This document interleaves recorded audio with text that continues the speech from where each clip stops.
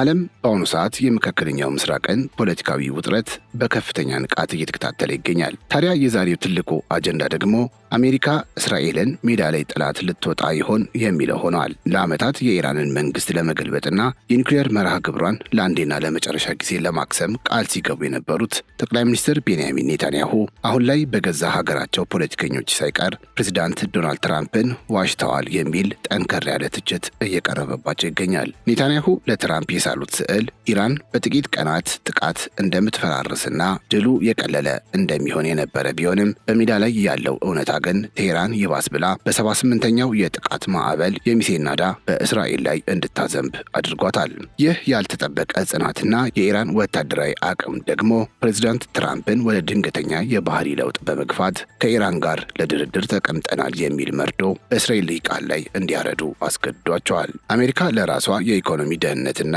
ለነዳጅ ገበያ መረጋጋት ስትል ወደ ዲፕሎማሲው ጠረጴዛ ፊቷን ስታዞር፣ እስራኤል ግን ከኢራን ጋር ፊት ለፊት በሚደረግ አደገኛ ፍልሚያ ውስጥ ብቻዋን የመቅረት ስጋት ተደቅኖባታል። ለመሆኑ ኔታንያሁ ለትራምፕ በኢራን ላይ የገቡት ያ የድል ቃል ኪዳን ምን ነበር? ስለዚህ ጉዳይ ታዋቂዎቹ የእስራኤል ፖለቲከኞችና ተንታኞች አሎን ፒንካስ፣ ኦሪ ጎልድበርግ እና ኒምሮድ ፍላሽንበርግ ምን እያሉ ይገኛሉ? እርግጥስ እስራኤል ያለ አሜሪካ ቀጥተኛ ወታደራዊ ተሳትፎ ከኢራን ጋር ፊት ለፊት መዋጋት ትችላለች ወይ? የሚሉትን ነጥቦች እያነሳን አብረናችሁ እንቆያለን። ለዚሁ ጥያቄ መልስ የምትሉትን የተሰማችሁን ሀሳብ አስተያየት እንድትጽፉልንም በአክብሮት እንጠይቃችኋለን። ቻናላችንን ሰብስክራይብ፣ ይህን ቪዲዮ ላይክ በማድረግ ቤተሰባዊነታችሁን እንድታሳዩንም እንጠይቃችኋለን። ካፍታ ቆይታ በኋላ ተመልሰን እንገናኝ። አፓርታማ በኮንዶሚኒየም ዋጋ።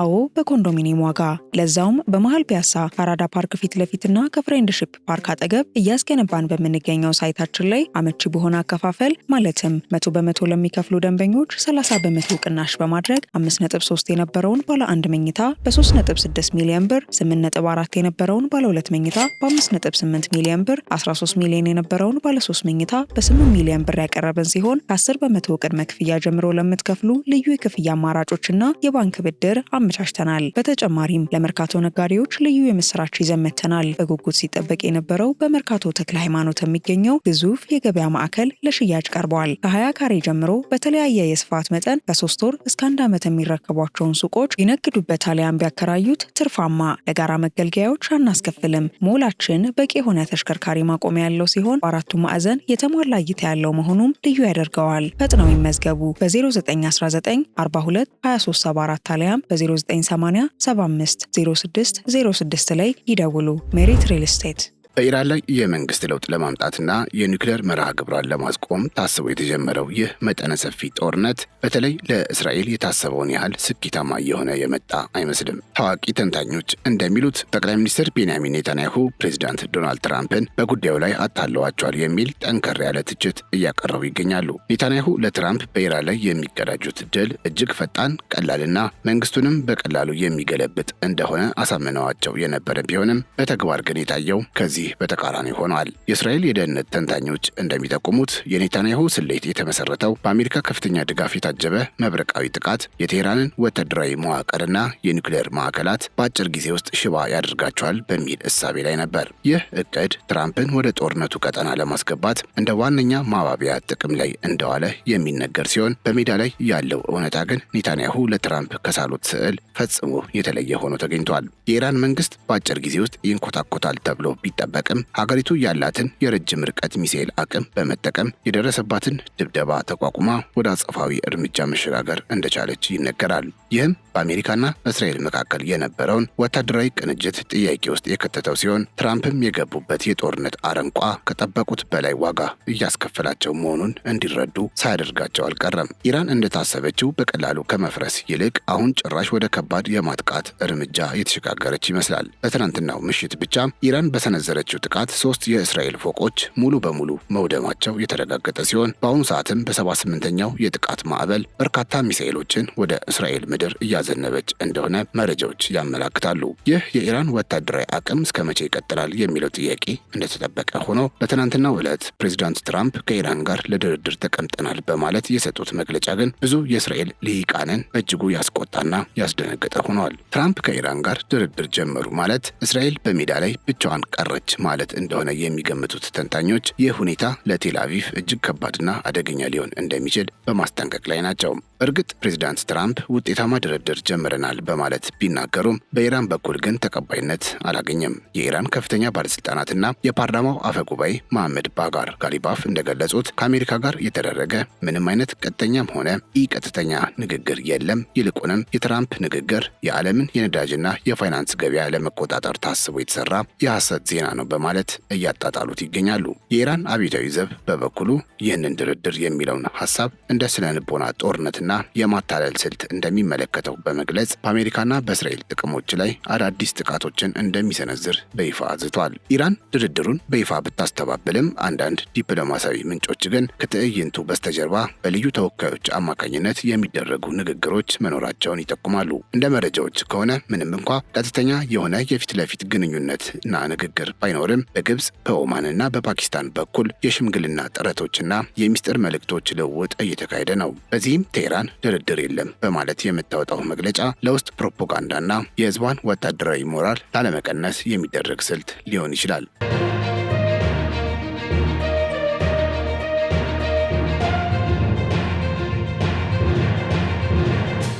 በመሆኑም በይፋ የሚሰነዘረው የዛቻ ንግግርና በድብቅ የሚደረገው የዲፕሎማሲ መስመር በተጓዳኝ እየሄዱ መሆናቸው ሁኔታውን ይበልጥ ውስብስብና ለማንበብ አስቸጋሪ አድርጎታል። በእርግጥ ከሰዓታት በፊት ፓኪስታን የሁለቱን ሀገራት ድርድር ለማስተናገድ ግብዣ ማቅረቧ ታውቋል። ከዋሽንግተንና ከቴህራን የሚወጡት መረጃዎች እርስ በርሳቸው የሚጋጩ ቢሆኑም የፓኪስታን ባለስልጣናት ግን ምናልባትም በዚህ ሳምንት መጨረሻ ላይ በኢስላማባድ ቀጥተኛ ንግግሮች ሊጀመሩ እንደሚችሉ ፍንጭ እየሰጡ ነው። እንደ ሮይተርስ ዘገባ ከሆነ የአሜሪካ ምክትል ፕሬዚዳንት ጄዲ ቫንስ እና የትራምፕ ልዩ መልእክተኞች ከኢራን ከፍተኛ አመራሮች ጋር ለመገናኘት ወደ ፓኪስታን ያምራሉ ተብሎ ይጠበቃል። የፓኪስታን የውጭ ጉዳይ ሚኒስትር ቃል አቀባይ ታሂር አንድራቢ እንደገለጹት ሁለቱ ወገኖች ፍላጎቱ ካላቸው ኢስላማባድ ንግግሩን ለማስተናገድ ሁል ጊዜ ዝግጁ ናት በማለት ያረጋገጡ ሲሆን ይህ ጥረት በግብፅና በኦማን በኩል የነበሩ ድብቅ ግንኙነቶችን ወደ ይፋዊ ጠረጴዛ እንዲመጡ ሊያደርግ ይችላል። ይሁን እንጂ ኢራን ይህንን የድርድር ግብዣ እስካሁን በይፋ ባለማረጋገጧና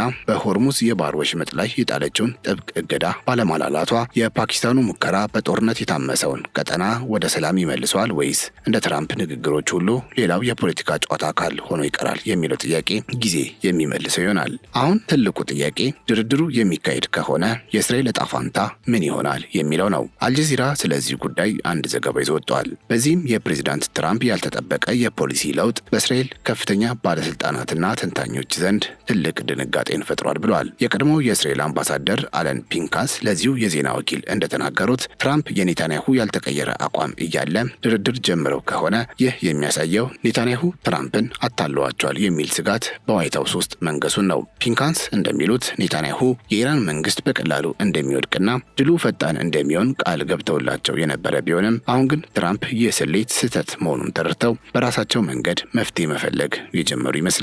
የፖለቲካ ሳይንቲስቱ ኦሪ ጎልድበርግም ይህንን ሀሳብ ይጋሩታል። እንደሳቸው እይታ እስራኤል ስለ ድርድሩ አስቀድማ አለማወቋ ለኔታንያሁ ትልቅ የፖለቲካ ሽንፈት ነው። ምክንያቱም እስራኤል በዓለም አቀፍ ደረጃ አሜሪካ የምታማክራት ቁም ነገር ያላት ሀገር መሆኗ አብቅቶ ትራምፕ እስራኤልን ትቷት እየሄደ ነው የሚል ድምዳሜ ላይ እንዲደርስ አድርጓል ባይ ናቸው። በሌላ በኩል ደግሞ ይህ የትራምፕ እርምጃ በእስራኤል ውስጥ ላሉ የቀኝ ክንፍ ፖለቲከኞች ትልቅ የብስጭት ምንጭ ሆኗል። ለዓመታት የኢራንን መንግስት ለመገልበጥና ኒውክሌር ፕሮግራሟን ሙሉ በሙሉ ለማጥፋት ቃል ሲገባ የነበረው ኔታንያሁ አሁን አሜሪካ ከጠላት ጋር ንግግር አድርጋለች የሚለው ሲሰማ የሚይዘው የሚጨብጠው አጥቷል። የፖለቲካ ተንታኙ ኒምሮድ ፍላሽንበርግ ከበርሊን ሆኖ ለሰጠው ትንታኔ እስራኤል አሁን ለዲፕሎማሲ የምትመረጥ ሀገር መሆኗ አብቅቷል፣ በመሆኑም በዚህ የድርድር ሂደት ውስጥ ቦታ አይኖራትም ሲል ሀሳቡን ያስረዳል። ይሁን እንጂ ፍላሽንበርግ እንደሚለው ኔታንያሁ ምናልባትም የኢራን መንግስት ይገለበጣል የሚል እውነተኛ እምነት ኖሮት አያውቅም። ይልቁንም ዓላማው የኢራንን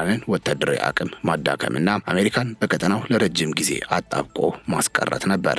አሁን ግን የትራምፕ የማይገመት የባህሪ ለውጥ ኔታንያሁ የገነቡትን የስትራቴጂ ግንብ እያፈራረሰው ሲሆን እስራኤል በሊባኖስና በጋዛ ጥቃቷን ብትቀጥልም በዋናው የኢራን ጉዳይ ላይ ግን ተሰሚነቷ እየደበዘዘ መምጣቱን ተንታኙ በአጽንኦት ይገልጻል። ከነዚህ ሁሉ ውስብስብ ዲፕሎማሲያዊ ሽኩቻዎችና ወታደራዊ ግጥሚያዎች በመነሳት የምንረዳው ሀቅ ቢኖር የቀጠናው ጂኦፖለቲካዊ ሚዛን ማንም ባልገመተው ፍጥነት እየተቀያየረ መሆኑን ነው። እስራኤል የኢራንን መንግስት ለመጣልና ኒውክሌር ፕሮግራሟን ለአንዴና ለመጨረሻ ጊዜ ለማክሰም የነበራት ህልም አሁን አሜሪካ ወደ ድርድር ጠረጴዛው ለመመለስ ባሳየችው ዝንባሌ ምክንያት ትልቅ ፈተና ገጥሞታል። ትራምፕ የበለጸገውን ዩራኒየም እኛው ራሳችን ሄደን እንረከባለን የሚለው ንግግራቸው ለኢራን እጅ መስጠት ሳይሆን ምናልባትም አሜሪካን ከማያባራ የጦርነት አረንቋ ለማውጣት የሚደረግ የፖለቲካ ቁማር ሊሆን እንደሚችል ይገመታል። ይሁን እንጂ ኢራን በበኩሏ የሆርሙዝ የባህር ወሽመጥን በመዝጋት የዓለምን የነዳጅ ገበያ አንቃ መያዟና በተከታታይ የምታዘንበው የሚሳኤል ናዳ ዋሽንግተን በኃይል ሳይሆን በንግግር እንድትሸነፍ እያስገደዳት መሆኑን ያሳያል ሲሉ ተንታኞቹ ይስማሙበታል።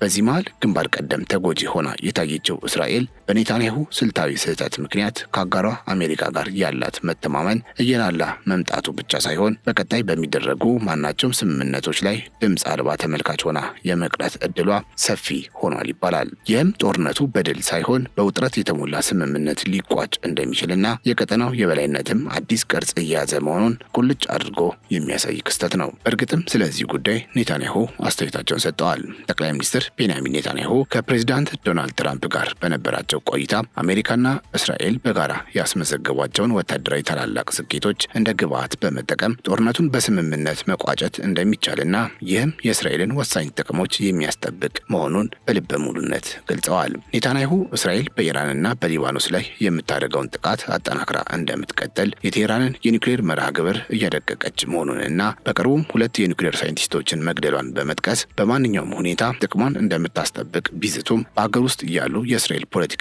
ግን ይህንን ንግግራቸውን በጥርጣሬና በከፍተኛ ስጋት ነው እየተመለከቱት የሚገኙት። እነዚሁ የእስራኤል የፖለቲካ ልሂቃንና ተቃዋሚዎች እንደሚሉት ጦርነቱ ሲጀመር የተቀመጡት ዋና ዋና ግቦች ማለትም የኢራንን መንግስት መገልበጥና የኒውክሌር ስጋትን ለአንዴና ለመጨረሻ ጊዜ ማስወገድ ሳይሳኩ አሁን ድርድር የሚለው ቃል መነሳቱ ለእስራኤል ትልቅ የስትራቴጂ ሽንፈት ነው። ፖለቲከኞቹ ኔታንያሁ የትራምፕን ድንገተኛ የባህሪ ለውጥና ወደ ድርድር ማዘንበል ለመሸፋፈን ጥቅማችን ይከበራል የሚል ባዶ ተስፋ እየሰጡ ነው በማለት ይተቻሉ። በተለይም ኢራን አሁንም በከፍተኛ ሁኔታ በሚሳኤል እየደበደበች ባለችበትና የኒውክሌር አቅሟ ባልጠፋበት ሁኔታ ወደ ድርድር መግባት እስራኤልን በቀጠናው ለብቻዋ እንድትቀርና ለወደፊት ጥቃቶች ተጋላጭ እንድትሆን ያደርጋታል የሚል ስጋት በእነዚሁ በፖለቲከኞቹ ዘንድ ነግሷል። ለእነዚህ ፖለቲከኞች ኔታንያሁ ስኬት ብለው የገለጹት ነገር ሁሉ የትራምፕን የዲፕሎማሲ መንገድ ለማለዘብ የቀረበ እንጂ በተግባር ግን እስራኤል የገባችበትን የጦርነት አረንቋ የሚቀይር አይደለም በሚል በከፍተኛ ሁኔታ እየተቃወሙት ይገኛሉ። በዚህ ጦርነት ውስጥ ትልቁን ድርሻ የሚይዘውና እስካሁንም ለዓለም የኢኮኖሚ ስጋት ሆኖ የቀጠለው የሆርሙዝ የባህር ወሽመጥ መዘጋት ጉዳይ ትራምፕን ወደ ድርድር ጠረጴዛው እንዲመጡ ካስገደዷቸው ዋና ዋና ምክንያቶች አንዱ እንደሆነ ይገመታል። ኢራን በዓለም ላይ ካለው የነዳጅና የተፈጥሮ ጋዝ ንግድ 20 በመቶ የሚተላለፍበትን ይህን ወሳኝ መስመር በማነቆ መያዟ የነዳጅ ዋጋ በአንድ በርሜል $100 በላይ እንዲወጣ አድርጓል። ይህ የገበያ መቃወስ ለአሜሪካና ለምዕራባውያን ኢኮኖሚ እጅግ አደገኛ በመሆኑ ትራምፕ የዲፕሎማሲ አማራጭ እንዲያቀርቡ ገፍቷቸዋል ይባላል። የኢራን ባለስልጣናት ግን ይህንን የትራምፕን አካሄድ ገበያን ለማጭበርበር የሚደረግ የስነ ልቦና ጦርነት በማለት አጣጥለውታል። ይህም የሚያሳየው ጦርነቱ በምድር ላይ ባለው ውጊያ ብቻ ሳይሆን በዓለም አቀፍ የኤነርጂ ፍሰትና በገንዘብ ገበያ ላይ በሚያሳድረው ከባድ ተጽዕኖ አማካኝነት ዋሽንግተንን ክፉኛ እየፈተናት መሆኑን ነው። በሌላ በኩል ይህ የትራምፕ ድንገተኛ የባህሪ ለውጥ በኔታንያሁና በትራምፕ መካከል ለዓመታት የነበረውን የማይበገሬ ወዳጅነት ስንጥቅ ውስጥ የከተተው ይመስላል።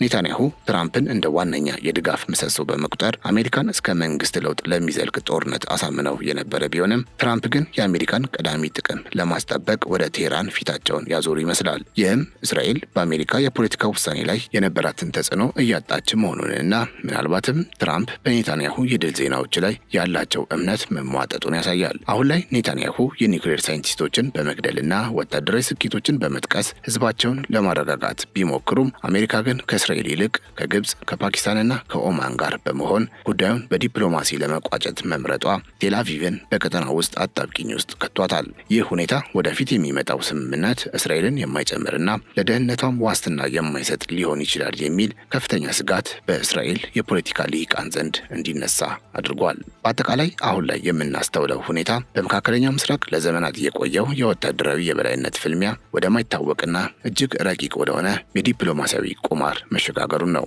እስራኤል በኢራን ላይ የነበራት የመንግስት ይለወጣል ራዕይ በአሜሪካ ድንገተኛ የፖሊሲ ለውጥ ምክንያት ክፉኛ መናጋቱ ብቻ ሳይሆን ዋሽንግተን የራሷን የኢኮኖሚ ደህንነትና የነዳጅ ገበያ መረጋጋት ከቴል አቪቭ የጸጥታ ስጋት በላይ ማስቀደሟን በግልጽ አሳይቷል። ምንም እንኳ ኔታንያሁ የኒውክሌር ሳይንቲስቶችን በመግደልና የኃይል እርምጃዎችን በመቀጠል የእስራኤልን የማይበገሬነት ስብዕና ለማስጠበቅ ቢሞክሩም አሜሪካ ግን ከጀርባ ከኢራን ጋር በሶስተኛ ወገኖች በኩል የምታደርገው ድርድር የኃይል ሚዛኑን ወደ ቴህራን እያዘነበለው መሆኑን ተንታኞች ይስማሙበታል። ይህ ጦርነት በመጨረሻ የሚቋጨው በወታደራዊ ድል ሳይሆን ምናልባትም እስራኤልን በብቸኝነት በሚያስቀርና አሜሪካን በቀጠናው ካለው ረጅም ጦርነት በሚያላቀቅ አዲስ የፖለቲካ ካርታ ሊሆን እንደሚችል ይገመታል። በመሆኑም በቀጣዮቹ ቀናት ሊደረጉ ይችላሉ የተባሉት የፓኪስታን ድርድር ውጤቶችና በሜዳ ላይ የሚሰነዘሩ የአጸፋ ጥቃቶች ቀጠናው ወደ ሰላም ይራመድ ወይስ ወደ ባሰ የክልላዊ ጦርነት አረንቋ ውስጥ ይግባ የሚለውን ወሳኝ ምዕራፍ የሚለዩ ይሆናል።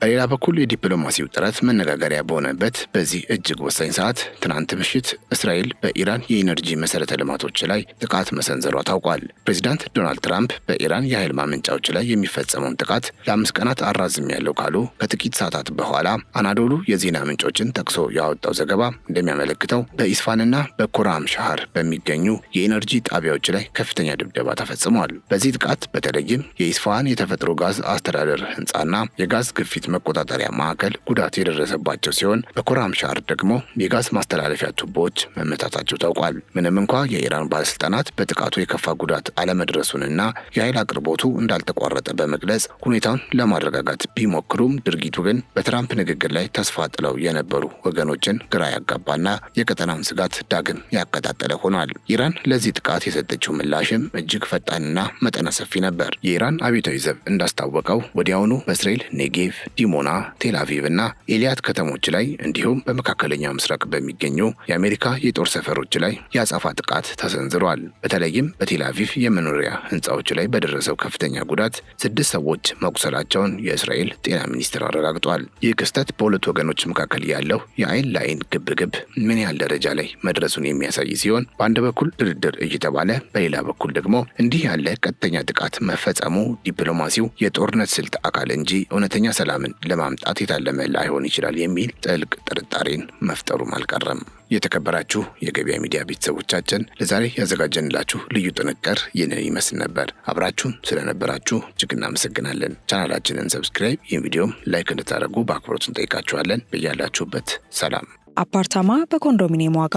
አዎ በኮንዶሚኒየም ዋጋ፣ ለዛውም በመሃል ፒያሳ ከአራዳ ፓርክ ፊት ለፊትና ከፍሬንድሺፕ ፓርክ አጠገብ እያስገነባን በምንገኘው ሳይታችን ላይ አመቺ በሆነ አከፋፈል ማለትም 100% ለሚከፍሉ ደንበኞች 30% ቅናሽ በማድረግ 5.3 የነበረውን ባለ 1 መኝታ በ3.6 ሚሊዮን ብር፣ 8.4 የነበረውን ባለ 2 መኝታ በ5.8 ሚሊዮን ብር፣ 13 ሚሊዮን የነበረውን ባለ 3 መኝታ በ8 ሚሊዮን ብር ያቀረብን ሲሆን ከ10% ቅድመ ክፍያ ጀምሮ ለምትከፍሉ ልዩ የክፍያ አማራጮችና የባንክ ብድር አመቻችተናል። በተጨማሪም ለመርካቶ ነጋዴዎች ልዩ የምስራች ይዘን መጥተናል። በጉጉት ሲጠበቅ የነበረው በመርካቶ ተክለ ሃይማኖት የሚገኘው ግዙፍ የገበያ ማዕከል ለሽያጭ ቀርበዋል። ከ20 ካሬ ጀምሮ በተለያየ የስፋት መጠን ከ3 ወር እስከ 1 ዓመት የሚረከቧቸውን ሱቆች ይነግዱበት አሊያም ቢያከራዩት ትርፋማ። ለጋራ መገልገያዎች አናስከፍልም። ሞላችን በቂ የሆነ ተሽከርካሪ ማቆሚያ ያለው ሲሆን በአራቱ ማዕዘን የተሟላ እይታ ያለው መሆኑም ልዩ ያደርገዋል። ፈጥነው ይመዝገቡ። በ0919 42 2374 አሊያም በ0980 75 06 06 ላይ ይደውሉ። ሜሪት ሪል ስቴት